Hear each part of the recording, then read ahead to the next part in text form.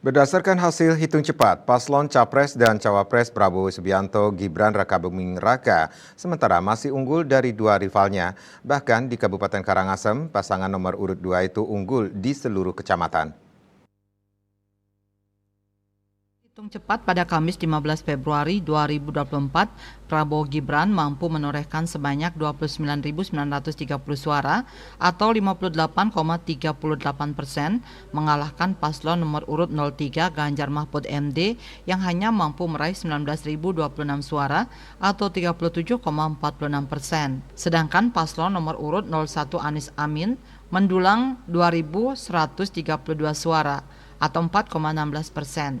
Sesuai data, paslon Prabowo Gibran mendominasi di seluruh kecamatan yang ada di Bumi Lahar.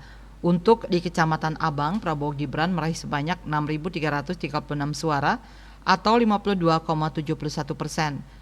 Ganjar Mahfud MD mendulang 5.376 suara atau 44,51%, dan Anies Amin hanya meraih 335 suara atau 2,77%.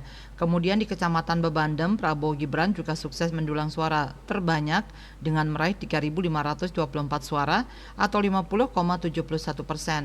Ganjar Mahfud MD merebut 2.546 suara atau 36,63%, dan Anies Amin meraih 880 suara atau 12,66%. Selanjutnya di Kecamatan Karangasem, paslon Prabowo Gibran berhasil meraih 4.147 suara atau 61,97%.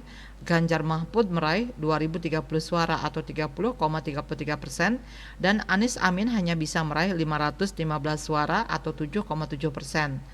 Di Kecamatan Kubu, Prabowo Gibran sukses meraup 4.979 suara atau 67,63%.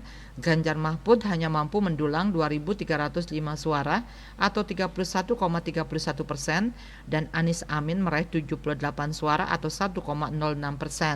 Di Kecamatan Manggis, Prabowo Gibran juga mampu merebut suara terbanyak. Di wilayah tersebut, Prabowo Gibran mampu membukukan 3.143 suara atau 53,02%. Kemudian Ganjar Mahfud meraih 2.650 suara atau 44,7%, dan Anies Amin hanya meraih 135 suara atau 2,28%. Dan Pos melaporkan.